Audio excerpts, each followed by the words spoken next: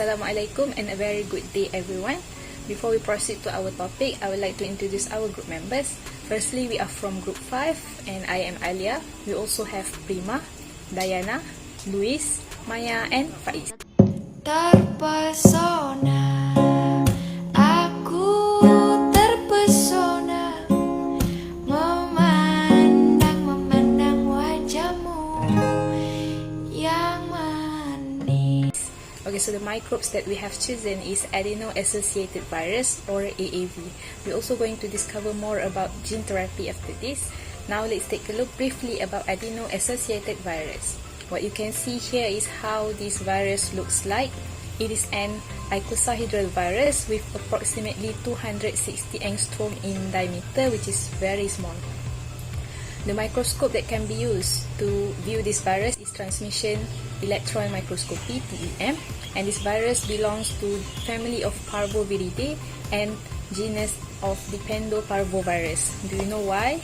This is because this virus cannot replicate in their host cell without the cell itself being co-infected by a helper virus.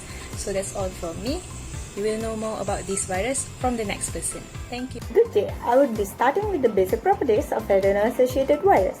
AAV can be found in multiple vertebrate organisms including humans, but it remains non-pathogenic to humans.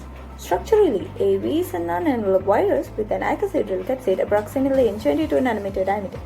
Nevertheless, AAV genome consists of single-stranded DNA about 4.7 kilobases, which can either be sense or antisense strand. Do you all know about genome structure? Stay tuned to get it. Genome is enclosed by two T-shaped inverted terminal repeats at both ends, primarily functioning as the AAV's viral origin of replication and packaging. Furthermore, at their flanks, two open reading frames, which are rep genes replication and cap genes capsid. The rep genes encode for 4 types of rep proteins, which are named after their molecular masses and are needed for AAV's DNA replication, whereas the cap gene encodes for 3 types of capsid subunits, where the capsid proteins are in a molar ratio of 1:1:10. 60 copies of the subunits interact together to form the icosahedral and symmetrical capsid. Thank you. I'm going to talk about gene therapy. So what exactly is gene therapy? It's the addition of new genes to a person's cells to replace faulty genes in an attempt to prevent, improve, or cure disease. Genes need help to get into cells, and one way they can do that is through a virus. This is where AAV come in. It's because of their low immunogenicity, restricted generation of neutralizing antibodies, and replication defectiveness. It can also successfully infect non-dividing cells. The idea behind AAV gene therapy vectors is replacing the rep and cap genes of AAV genome and replacing it with the gene of interest, a transfer gene. The resulting vectors is called a recombinant AAV. Other than that, AAV has many serotypes that are unique due to its natural tropism towards specific cells, which means it will thrive naturally in specific tissue types.